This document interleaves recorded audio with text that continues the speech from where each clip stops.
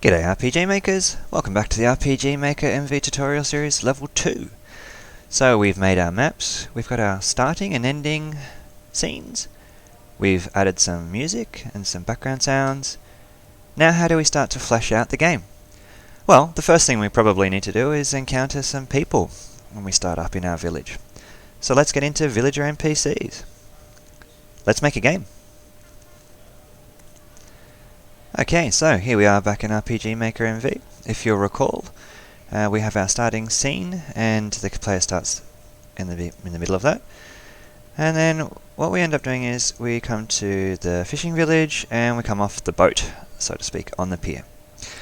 So the first thing we want to do is have some kind of a greeter NPC. Now they could be a bit further up, or they could just be right here. Let's just put them here. Why not make it easy? We'll right click and click New. Let's find a nice villager character. So we can choose this girl over here, and if you notice, she's actually people 4 and she would be number 2. We'll call her villager greeting, for example, and we might say something like, welcome, hello traveller, welcome to the town of Wayport. And we can give her a face, so she was people 4, number 2.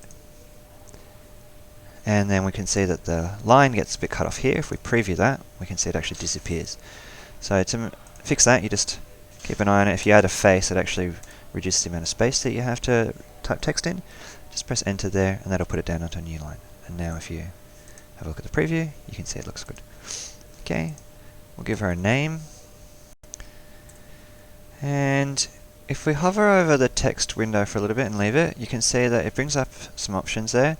We can see a bit further down, the options list is /C, that's draw the subsequent text in the nth color. So let's put in a bit of text here. We'll put color 3, so it's /C, square brackets, 3, close square brackets. And then in this case we're going to call her Sybil, and, or Cybele, however you like to pronounce that. And then we'll do /C, and you put a 0 to finish off that color. If we preview that, we can see it comes up in green. Let's just put that there. We'll have her ask the player what their name is, so what's your name? And the player can respond with I'm, and you can put a \n, square brackets, and number 1. Or they could be perhaps very rude, if you wanted to start introducing some kind of a morality choice system. Apply that. You can have a slightly different reaction depending on what the player has said. Nice to meet you. And \n, player 1. So this is the name of the character of actor 1. You could put in, as if you hover over and let it bring up the drop-down text there, it can tell you. You can see it's replaced by the name of the nth actor. So that's number 1. You could also put P for party member, and you're party member 1. So that's the same thing, and you can replace it with other inputs here. But let's just put this, nice to meet you /n1. We'll make sure we have her name there, her face. Okay, so she can continue to have the face. And we actually forgot to put the face here. So space, double click the face, 4. Okay. What's your name? Nice to meet you. And the other option is we can just copy and paste this so we don't have to keep clicking on her face. And then press space to edit it. And then we can just put something like, I'm sorry, I didn't mean to pry.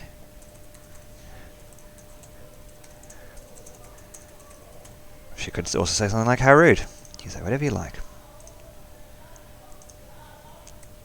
And then here you can say something like, can I help you with anything? Because we didn't copy and paste it, we have to choose the face now.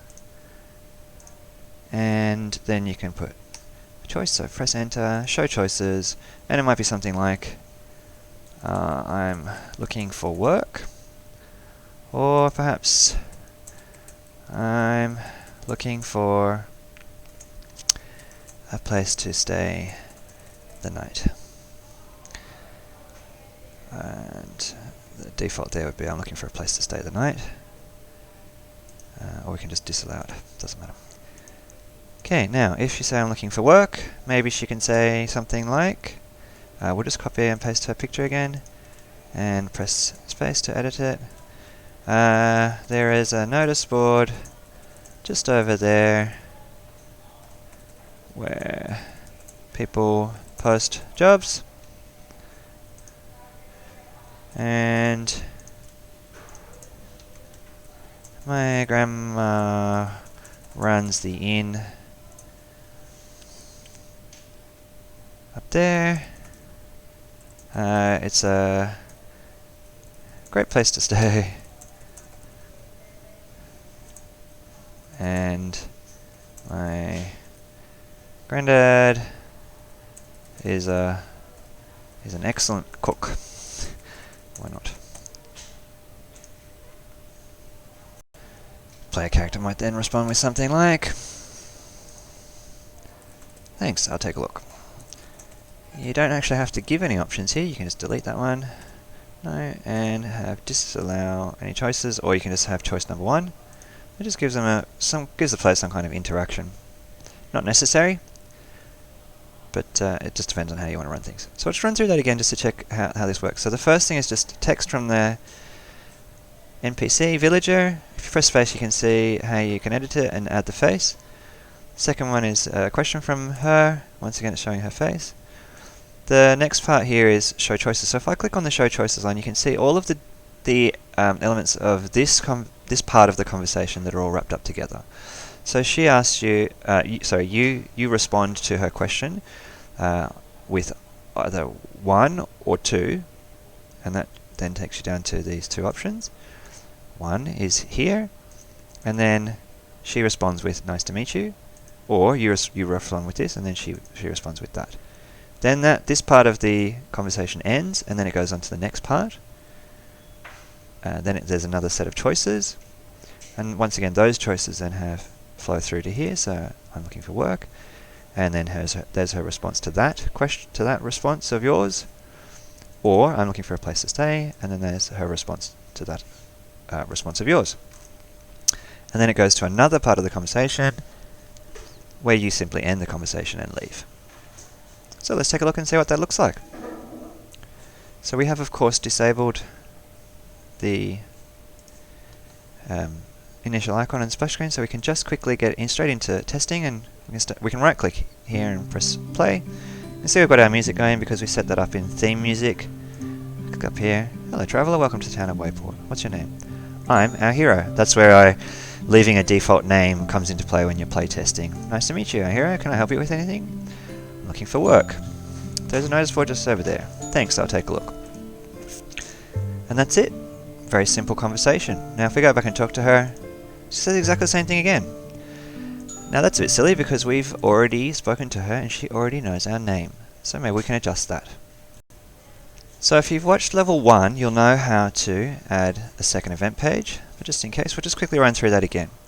So if we double click on her character, we can see that there's an option to add new event page. If I click that, that just gives us a brand new blank page. Now, how does this work? So if you don't have any kind of conditions, it will just first operate on the highest numbered page. So this event will simply operate on this page first if nothing else is indicated here. If there's no switches or variables or conditions to enable page 1 or to disable page 2. So let's just test that. I'll show you what I mean. Let's click OK, we click play. And here we are, and there's nothing there. Okay, it literally doesn't even respond to anything. If you click, you can walk right through this event. And the reason is because we actually set up a full blank page. So we obviously don't want to do that. So to fix that, what we can do is we can just go back into actors. We can click on people 4, and we can click on her image. Now there's 3 different images here at the top with her looking forwards or down. You can see that it's very hard to see just based on the size of these sprites, but basically this is her walking on the left, with a left step effectively, and this is we're walking with a right step effectively, and this is her standing still. So we'll just choose the one in the middle, and that means that the image is now exactly the same. So if I quickly click OK and click play, we can now see that she's there, but there's nothing to do because there's no interaction on that event. So what we do want to do is we want her to say the same kind of thing as "can I help you," but we don't want to say this first, etc. So let's just copy, well, click here in the "can I help you with anything," and then we'll click through down to the bottom with Shift, and that will highlight all of those different items. We'll go over to the second page and we'll paste that in. And then instead of saying "nice to meet you," we might say something like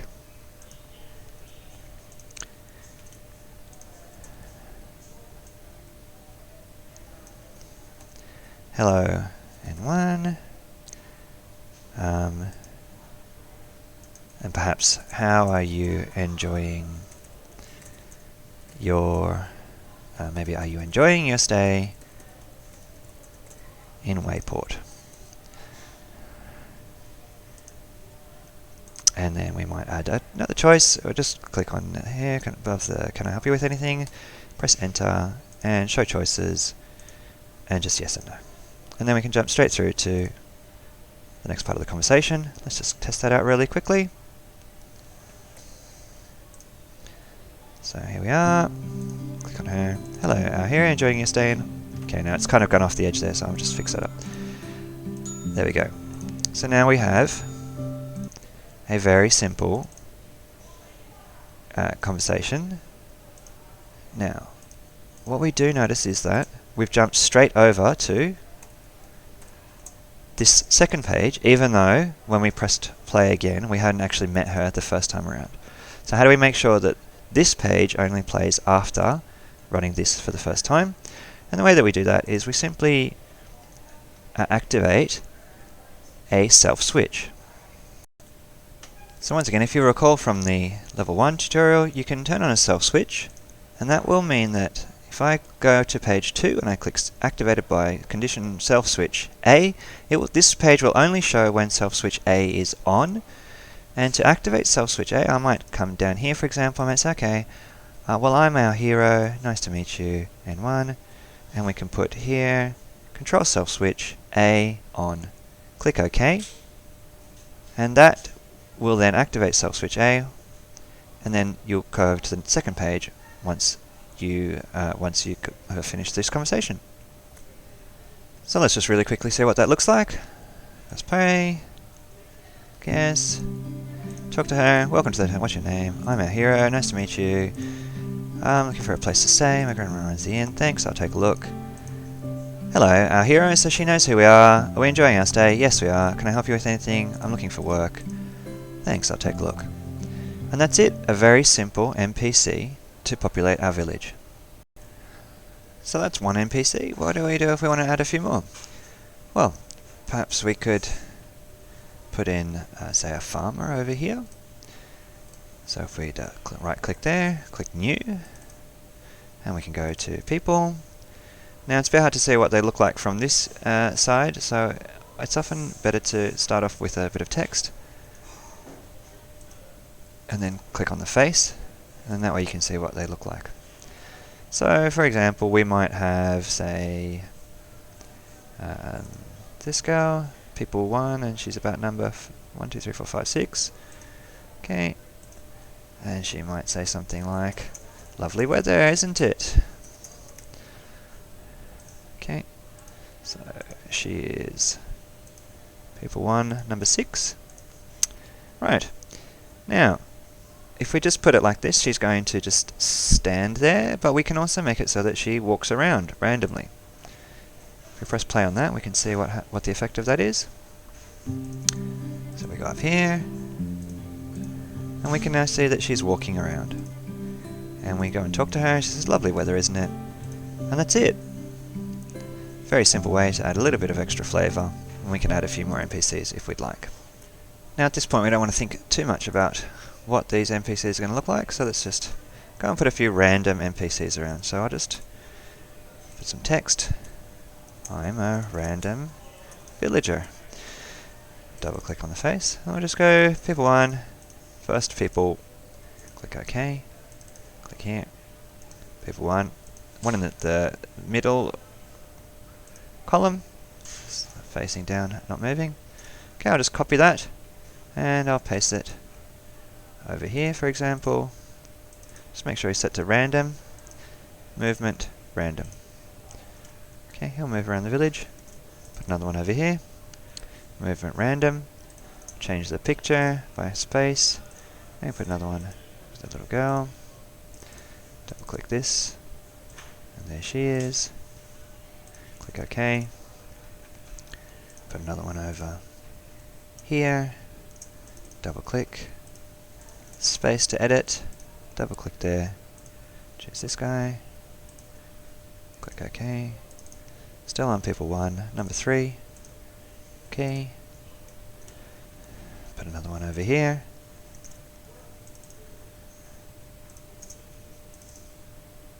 OK, choose this guy, that's him there, apparently. Put another one over here.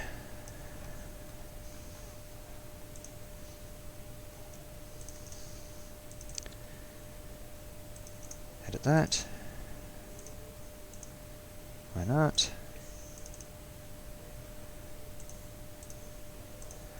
Excellent. There we are. And now, when we walk around our village, you can see there's a little bit of life there. There's some people there. There's another person over here. There's another one over there. Another one over there. Another one over there. And one over there. If we talk to them, it just says, I'm a random villager, but we can fix that up later on. So this tutorial has gone on for long enough, so we'll wrap that up here.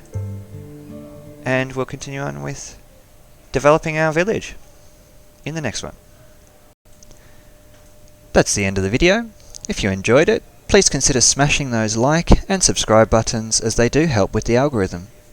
Now it's your turn to go make a game. See you in the next one.